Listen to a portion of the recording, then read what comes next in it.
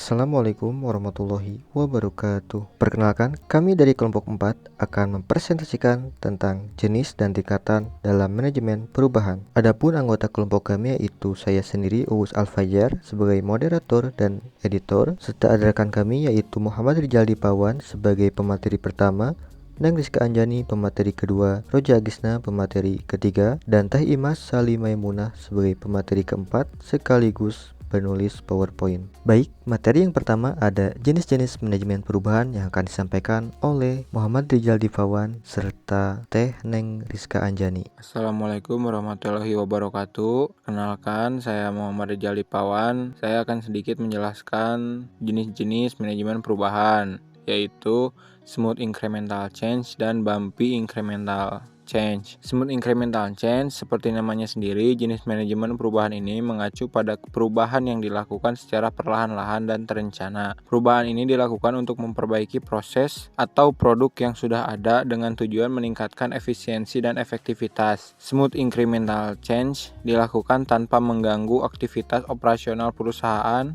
sehingga memberikan waktu dan ruang untuk karyawan untuk sendiri untuk beradaptasi dan menyesuaikan diri dengan perubahan tersebut. Selanjutnya, Bumpy Incremental Change. Berbeda dengan Smooth Incremental Change, Bumpy Incremental Change adalah suatu proses perubahan yang terjadi secara bertahap dan terus-menerus. Perubahan ini bisa mengalami hambatan atau rintangan yang tidak terduga dalam pelaksanaannya. Meskipun perubahan ini juga dilakukan secara bertahap, namun prosesnya tidak selalu mulus dan bisa menimbulkan ketidaknyamanan atau resistensi dari karyawan. Oleh karena itu, manajemen perubahan harus mempersiapkan karyawan dan memberikan dukungan yang cukup untuk mengatasi rintangan dan keberhasilan perubahan. Ada discontinuous change, yaitu perubahan yang menunjukkan pergeseran cepat dalam strategi, struktur, dan juga budaya. David Nadler dan Robert B.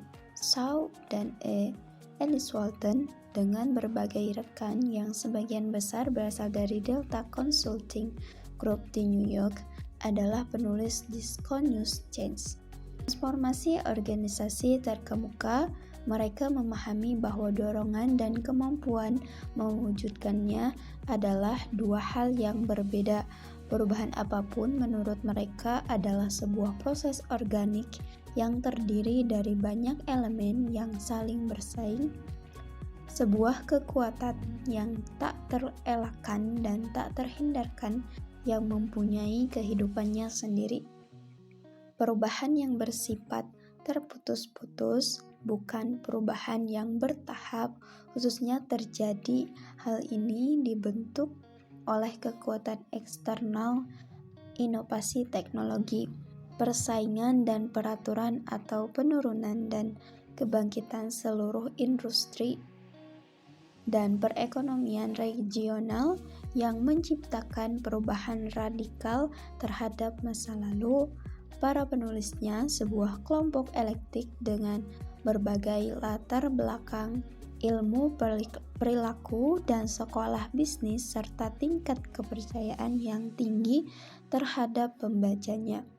Memahami lebih baik daripada sebagian besar elemen psikososial perubahan dan diskontinuitas kekuasaan yang ditimbulkannya. Baik, selanjutnya ada tingkatan dalam manajemen perubahan yang akan disampaikan oleh Teh Neng Rizka Anjani beserta Roja Agisna. Poin kedua ada perubahan individu. Perubahan atau change yaitu become different, to change, to exchange one thing for another thing, especially of a similar type. Perubahan adalah sebuah bentuk dari suatu keadaan yang diharapkan menjadi lebih baik di masa yang akan mendatang. Perubahan individu adalah pemahaman tentang bagaimana seseorang membuat perubahan dengan sukses baik di rumah, komunitas, atau di tempat kerja. Individu bergerak melalui proses perubahan dalam jalur yang dapat diprediksi dan diharapkan. Manajemen perubahan individu menyediakan kerangka kerja untuk memungkinkan satu orang melakukan transisi. Perubahan organisasi. Manajemen perubahan melibatkan serangkaian langkah dan tingkatan untuk mengelola perubahan organisasi dengan efektif. Berikut adalah tingkatan manajemen perubahan yang umumnya diakui. Yang pertama, ada pemahaman dan kesadaran.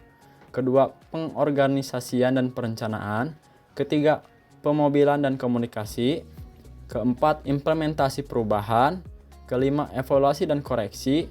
Keenam, pelestarian perubahan. Dan yang terakhir, yang itu ketujuh, inovasi dan pembelajaran berkelanjutan.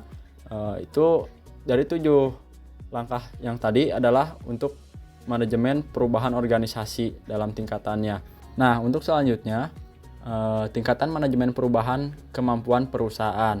Nah, manajemen perubahan dalam konteks peningkatan atau perubahan kemampuan perusahaan melibatkan serangkaian langkah dan strategi khusus. Berikut adalah tingkatan manajemen perubahan yang dapat diterapkan untuk perubahan kemampuan perusahaan. Yang pertama, identifikasi kebutuhan kemampuan baru. Yang kedua, penilaian kemampuan saat ini. Yang ketiga, penyusunan rencana pengembangan kemampuan. Yang keempat, pengembangan dan pelatihan karyawan. Yang kelima, pengenalan teknologi dan sistem baru. Yang keenam, pengelolaan perubahan budaya.